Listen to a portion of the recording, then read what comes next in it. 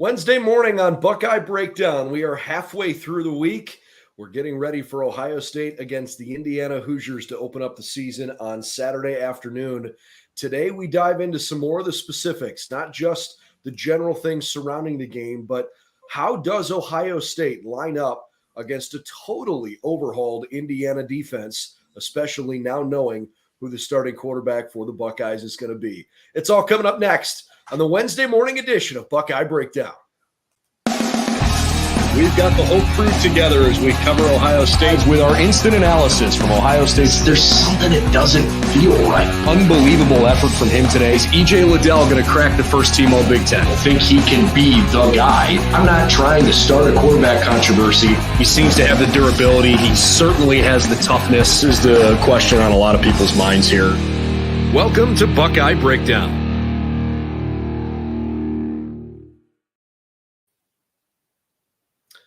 Well, good morning, everybody, and welcome to Buckeye Breakdown. If this is the first time you're joining us, we're glad to have you here at 7 a.m. live every morning as we talk Ohio State football, get you started for the day. I'm Brendan Gulick along with Anthony Moeglin, and you can find us on BuckeyesNow.com, certainly on our social media channels at BuckeyesNow_FN. We're associated with Fan Nation, Sports Illustrated Media Group, and certainly live here on our YouTube channel as well. Buckeye Breakdown podcast available wherever you like to get your favorite podcast. Lots of places to check out the work, and we've got you covered during a busy week, that's for sure, as we get ready for kickoff for week one. And it's finally starting, at least for me, Anthony, to feel a little bit more tangible, a little more real, because as we inch closer to that game, you're making travel plans, you're thinking about what Saturday's going to hold. It's starting to kind of hit you that, gosh, we're here, we're doing it. Yeah, I mean, yesterday it was great talking with Jack from Indiana. He's giving us food recommendations for Saturday, which we're fired up about. I know you're fired up about it. But yeah, it's starting to feel really real. We got games tomorrow, kicking kind of off the season with a full slate tomorrow night. So it's like we kept saying it. It's starting to feel really real, and it was fun breaking down really the Indiana defense and really kind of getting an understanding of what they're going to be. What's new with them this year, kind of what some of the changes that they've made, both big and small, and seeing what success Ohio State had last year, because although it's going to look a little bit different from a personnel standpoint, I think schematically you're going to see a lot of similarities. It was really interesting to see how Ohio State attacked their defense last year with the skill that they had, and it's really important to kind of look at that stuff when you're talking about having a new quarterback. So just kind of piecing some things together, from what we've heard, what we've seen in the past, to try to see how these Buckeyes are going to attack this Indiana defense. And on top of all of that, interested to see how the offense for Ohio State looks when Devin Brown gets in, after Kyle McCord's done playing. When will Devin Brown play? Ryan Day made it sound like he wants Devin to play meaningful, actual snaps, not just, mop-up duty. So when is that, and what does that look like? We're going to find out at some point. But I love the fact that he's made up his mind on a quarterback. Personally, I'm excited that Kyle McCord's the guy, and let's see where it goes. And hopefully Ohio State can thrive as the offense gets out there for the first time in the post-C.J. Stroud era. Yeah, what I'm looking forward to most from that perspective is how do their skill sets differ? Because we've just heard, we've very small sample size of seeing what Kyle McCord is, but really no sample size other than high school highlight tape for Devin Brown outside of practice. So you hear the athletic prowess that he has. You'd love to see that in action. And see how he delivers the football, see how he can throw it, and see on Kyle's side, see what improvements have been made, see kind of what he's bringing to the table this year. It'll be fun to see. It'll be really important as well, as we kind of look down the road to see who it might be, kind of that quarterback one moving forward.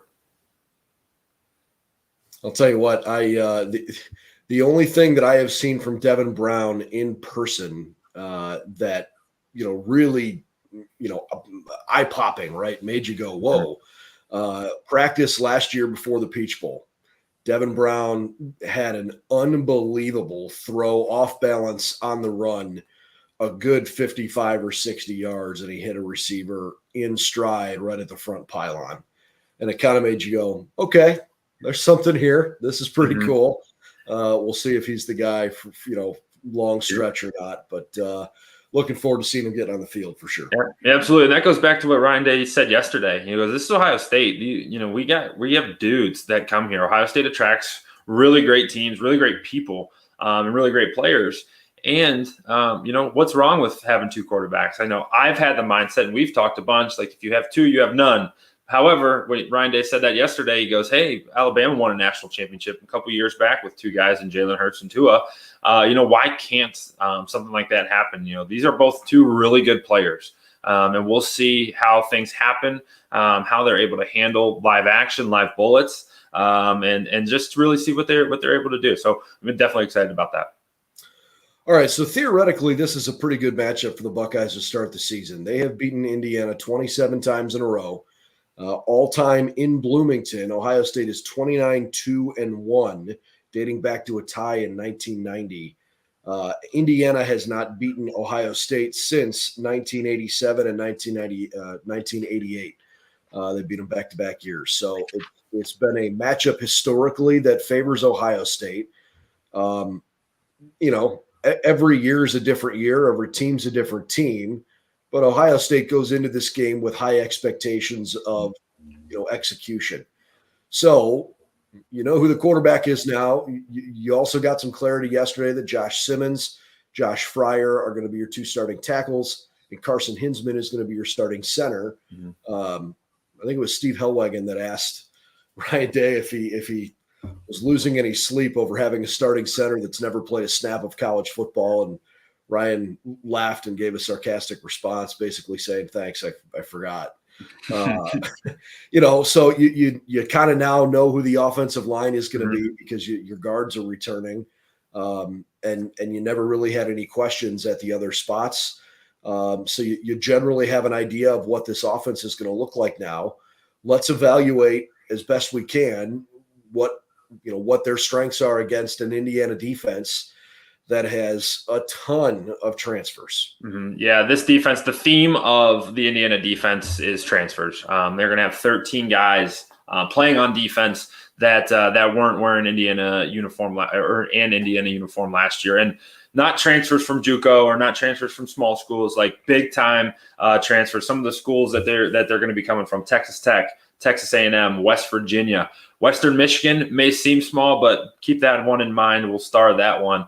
Arizona State, Texas, Oregon, UTEP, another Texas Tech, Austin Peay, Stanford, and a Notre Dame guy. So these aren't guys who are just Joe Schmoes coming from across the street. These are big time college Division I transfers who maybe they didn't play every day at their prior school, but they've had experience in the SEC. They've had experience in the Pac-12, the formerly known as Pac-12. But they've had experience playing against big time dudes. So that's something to definitely keep in mind because, Indiana was one of the worst statistical defenses in the country last year, let alone the Big Ten. They were last in the Big Ten. They were one of the worst defenses statistically in both run and pass. So it's really only way to go is up, and they really hit the transfer portal very, very hard. It's going to look a ton different from just a guy by guy standpoint. Like, these dudes are huge, and they've all had meaningful college experience to this point. So it's going to look a lot different than what we've seen in the past from the Indiana Hoosiers. Yeah, and look, I think there are guys that transferred to Indiana knowing what the schedule was. They knew that they were going to open with Ohio State. They've been thinking about it all offseason and training, for the chance to go try to slay the giant in week one. So when you're the Buckeyes, you always get somebody's best shot. It's, you have to be ready to see something you don't know that you're going to see. I mean, Jim Knowles joked. He's like, look, week one is kind of impossible to prep for. He laughed. He's like, I mean, they could run the triple option. Like, you actually don't really know until you start seeing stuff on film.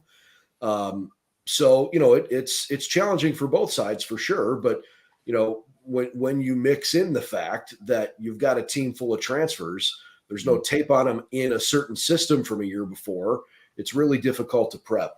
Why don't we start on the defensive line where they're probably strongest? You mentioned Western Michigan transfer Andre Carter. Yeah, Andre Carter, all signs point to him just being an absolute dude. He was obviously Western Michigan last year and the last 5 years. So this is his 6th season coming in this transfer year to Indiana. But he was a top 100 transfer. He led the Broncos, 135 tackles last year, 27 tackles for a loss, 13 sacks. In 2022, he had an 81.2 PFF grade, which ranked him as the 15th edge rusher in the country last season. And he's going to be a guy that's on the defensive edge. He's going to wear number 1. You're going to be able to see him. You'll see him all over the field.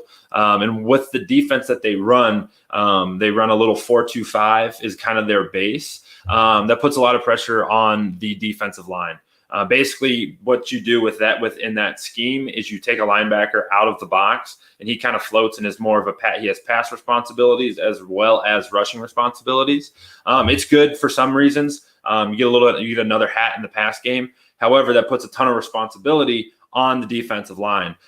So from that defensive end position, Andre Carter is going to have a huge load to carry, and he's going to get his first opportunity against not MAC action on a week-by-week basis. He's going to have an opportunity to go against 2 guys who are getting their first starts for Ohio State. So he's a guy to keep your eye on. He's going to be primarily on the outside. Now, the rest of these guys, there's going to be a lot of ability to go interposition. So they can go inside a defensive line or defensive tackle, but they can also play on the edge. Philip Bleedy, he's going to be a Texas Tech transfer. He had 40 tackles, 6 tackles for loss last year. He's going to be more of your defensive tackle, but he stands at 6'3", 290. So a big dude in the middle. And then he's paired up with Marcus Burns Jr., who's 6'4", 290. He transferred from Texas A&M. Not a lot of play at A&M, but still a big guy who's seen a lot of things. And then Robbie Harrison, your last transfer, he's a 6'3", 330-pounder. He's going to be more in the middle and the interior, played at Arizona State. And they join up with 2 guys who are going to be returning to Indiana, and Ladarius Cox and Patrick Lucas, who transferred from Ole Miss last year. So your whole defensive line is kind of a hodgepodge of transfers from all over the country. Big body guys, and then a dude, an Andre Carter, who can really get after the quarterback and really cause havoc for an offense, especially one that is featuring 2 brand new left tackles and a brand new quarterback. And I think there's a big part of that defense that is saying, hey, look, defensive line, you got to be better than where we were a year ago, because they basically never got to the quarterback last year. And to your point, if you're putting an extra hat in coverage, your defensive line has got to create some pressure to get home. And it just didn't happen last year. I mean, the passer rating for Indiana's opposition was extraordinarily high. I'm sure they're hopeful the fact that they're going to play against, a quote unquote first time starting quarterback, even though Kyle, made a start against Akron. I think they're going to try to do some goofy things to put him under duress and try to confuse him. But the reality for me is if they don't get home, it just doesn't matter. It makes it really tough. And just like you said, their passer rating that they gave up last year, 152.4. And for perspective, a perfect passer rating is 153.8. So you're 1.5 points off from giving up a perfect passer rating. And that's not in one game. That's throughout the year.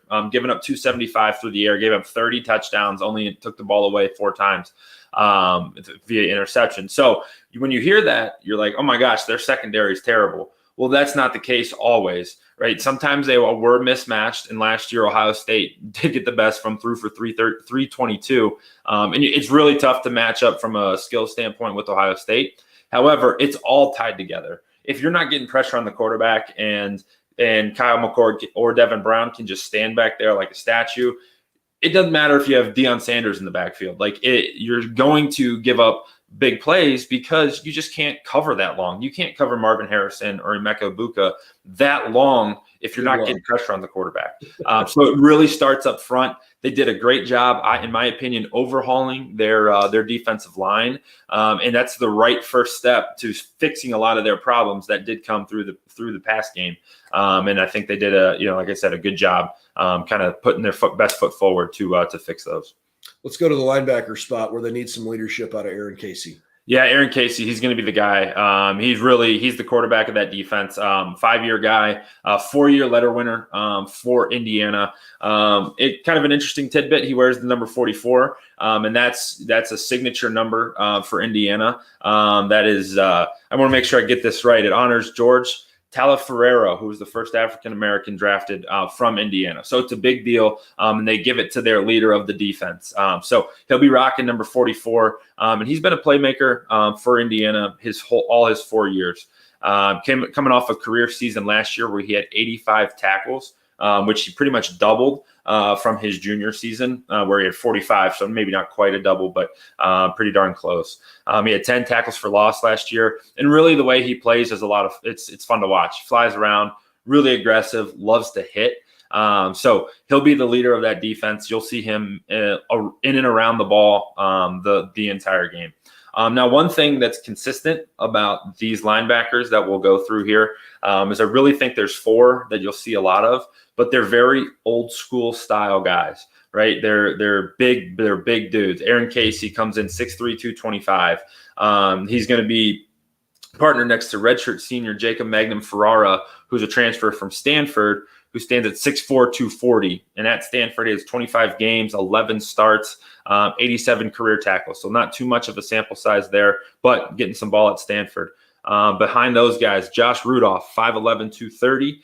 He is a transfer from Austin Peay. And then you got a redshirt sophomore, Matt Holt, who was a former walk-on at Indiana, stands at 6'2", 225. So they have some experience mixed in with some youth. A couple transfers in there to go along with 2 IU Hoosiers, but really old school style linebacking where it's big guys, run stoppers, maybe not the best movers. And that's an area of concern when you're going against Ohio State, where it's like, hey, last year they gave up 300 yards on the ground and through the air. So it's like, pick one. Like if you're going to stop the run, stop the run. But if you can't stop the run, you need to be a factor in the pass game. So we'll have to see how the new guys are able to come in and how Aaron Casey is able to really take a step up this season and this year against Ohio State to try to stop a little bit of that bleeding. Well, and I think, so often the thought process, especially when you have a new starting quarterback, is, hey, just like ease your way into it. Run the ball, pound it at a defense and let a quarterback have some stress-free snaps and just see where this thing goes, right? And when you have a good offensive line and you've got a talented running back room like Ohio State does, that thought process clicks. But Ryan Day likes to throw the football. And we've seen that an awful lot, and for good reason. He's got a loaded wide receiver group. So I'm a little hesitant to just think like, he's just going to give it to Travion Henderson and, Evan Pryor maybe and Mayan Williams and chip train them, and they're going to carry it 50 times. I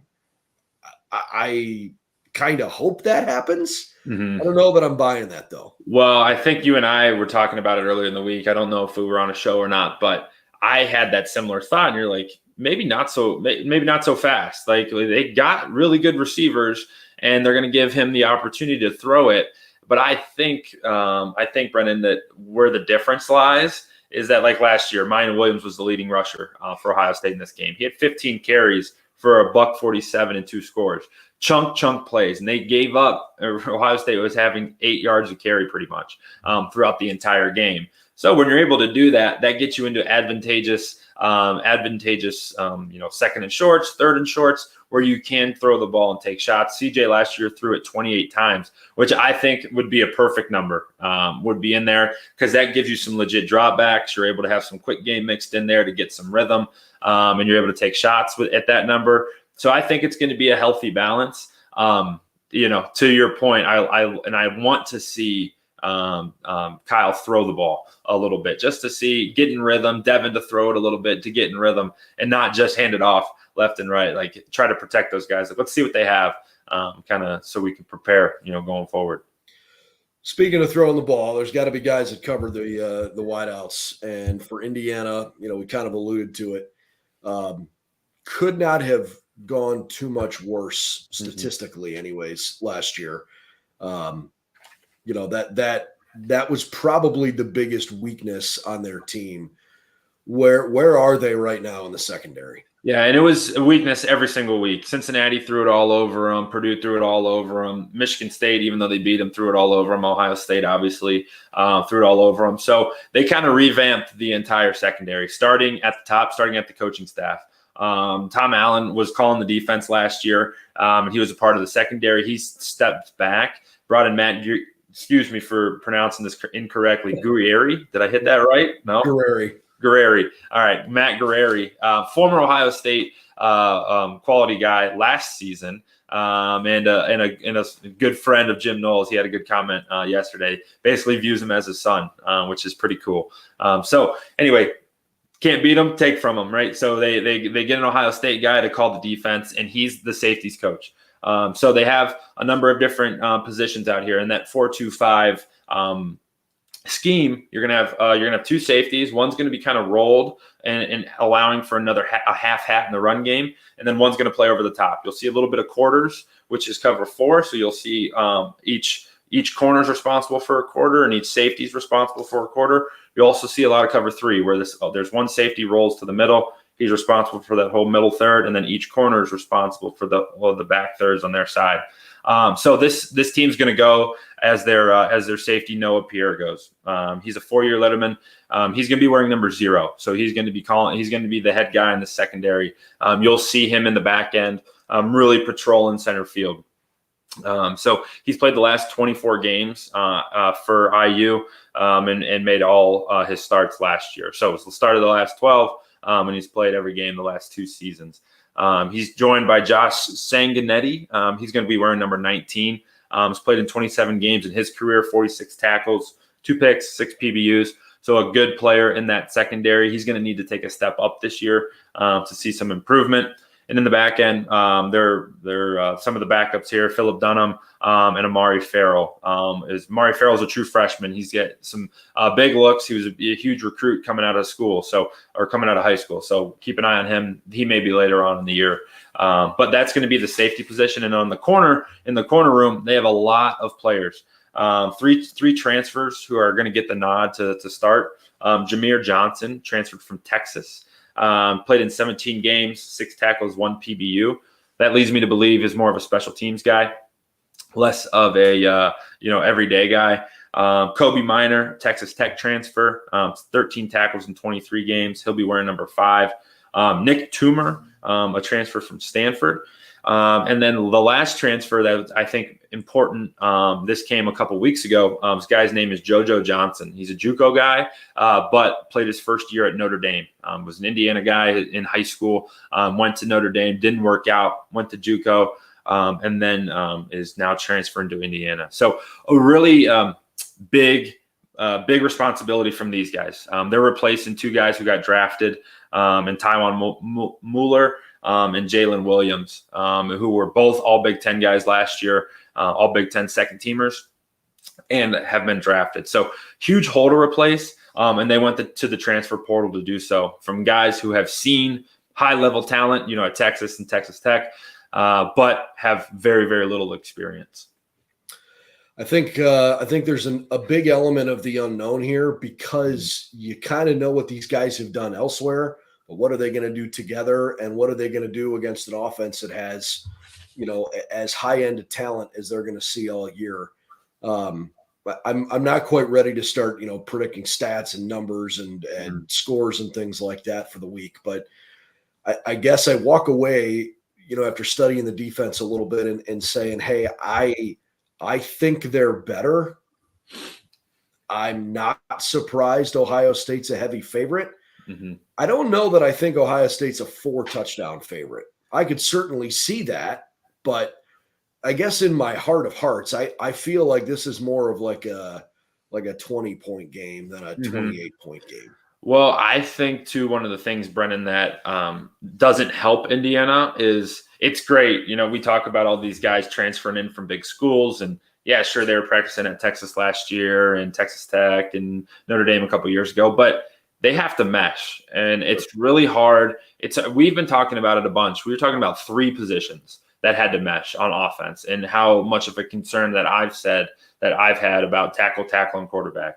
Right? They're basically having to revamp and mesh an entire defense. Every position, every level of the defense has a new face to it. So that's really hard to do, even if you were opening up against, no disrespect, Akron or Toledo. That's hard to do there, let alone you're welcoming Ohio State into your home stadium, and you have to do it right away. However, that 29.5 or 28.5 is a big number, but after watching it, if you get even decent quarterback play, I think that's one where Ohio State could go like last year. It could be 21-0 in the first quarter, and the Bucs are off and running. They look normal, but we'll see how it shakes. I think it'll be really tough for them to have that chemistry built and be able to play really smooth in a new scheme, new system against some of the best athletes in all of college football. Can't wait to see how it shakes out, man. It's always difficult when you're in camp and you're just constantly talking about, playing against yourselves. It's nice to be, with that mentality that, hey, it's finally time to go up and measure yourself against someone else. And I asked Ryan Day at the end of the press conference yesterday about the fact that they played, Minnesota 2 years ago, Notre Dame last year in the opener. I think it's understood that Minnesota and Notre Dame are better teams than Indiana in general. But the idea is you get a limited number of chances, and it's a conference game. And without being disrespectful to an opponent, you're not opening the year with a bye game. Mm-hmm. Ohio State is expected to hammer Western Kentucky, and they're expected to hammer Youngstown State. I know it's a big line, but you're playing against another Big Ten team with, as you just mentioned, guys all over that defense that are coming from major Power 5 schools, regardless of, what they've done in the past. There's a bunch of really good athletes and guys with good size. And 2 and 3 years ago, Tom Allen's teams were really good. The last couple of years now, they have, faltered. I guess it's 3 and 4 years ago now. Mm-hmm. 19 and 20, Indiana was pretty good. Mm-hmm. And the last 2 years, they've tapered off a little bit, despite being, in a lot of games they lost last year. So I sensed from Ryan Day that, they were talking about some of the things that they've learned opening up against a big name team. Because remember a couple years ago, man, when it was, the season was impacted severely by COVID, mm-hmm. This was a pretty young group. And there was a big element of Ryan Day going, gosh, we were able to make the run we made in 2020 with Justin Fields. You had a couple games canceled, and that's all good and fine. But you lost a lot of practice time because of COVID in the spring. You missed 3 games. And so he turns to 21, and he's got a young roster by class mm-hmm. that felt even younger because there wasn't a lot of experience. So I think they've learned a lot the last couple of years, and I know they're going to talk about that going into this week. Yeah, absolutely. And on the flip side of things, you go back to the years where Indiana had good teams back to 19 and 20. One of the common denominators there was that the head coach, Tom Allen, he wasn't involved in the defense. He was more in that CEO role, and he took the defense back over in 21 and 22. That led to a little bit of a downfall. So I think it's really important, and we didn't touch on it much, but I think it's really important that he stepped back from calling the plays on defense, brought a defensive coordinator in, and reassumed that CEO role of the team, where he's going to be involved in everything now and not responsible for calling the defense. So hey, if it worked in the past, let's try it again. So that'll be a good point to keep your eye on. But yeah, it's you mentioned it's hard for us to cover a team where it's like, hey, in practice, it's the same thing over and over. It's 27 times harder for the guys there. They're just like, I don't want to be banging against my teammates anymore. Like, give me another jersey, give me another helmet as soon as possible. They're going to be chomping at the bit. They're going to come out on fire for sure. And we'll see how they're able to deal with these new look Hoosiers. I think we'll be okay. In my opinion, it's going to look a lot like it did last year. We'll be able to run the ball at will, and really lean on your veteran guards, your veteran running backs to make yards, and then it'll ease the burden on your quarterbacks. And give them the ability to just rip it through the air to your dude. So at least that's my opinion. Hopefully I'm right on that one. I love it. I think there's a lot of people hoping you're right for sure. Can't wait, man. 3:30 on Saturday afternoon. We're going to see the Bucks and the Crimson and Cream letting it go for the first time in 2023. It is just a couple days away, and we've got you covered with everything you need to know. BuckeyesNow.com, and of course here on the Buckeye Breakdown podcast. For Anthony Moeglin, I'm Brendan Gulick. We'll see you again tomorrow morning, Thursday at 7 a.m., where we'll flip things. We'll start looking at the Ohio State defense and what they look like against the Indiana offense as we continue our preview throughout the course of the week. Of course, we'll cover some breaking news along the way if it happens, so you know that you've got that locked in here as well. And there are going to be players available to us after practice tonight at the Woody, expecting to hear most likely from Xavier Johnson, Donovan Jackson, Travion Henderson, Mike Hall, Josh Fryer, and perhaps Lathan Ransom. So some veteran guys that we think are really going to be a big part of this team this year, probably going to meet with the media tonight. It sounds like that's around 6:15 p.m. So by the time we wrap up with those guys and then get some of the interviews posted, it'll be this evening. But we will certainly share with you tonight some of the commentary from those players as they meet with the media. So keep it locked here on our YouTube channel on Buckeyes Now. In the meantime, we'll see you tomorrow morning and certainly over on the website, BuckeyesNow.com, for all the latest.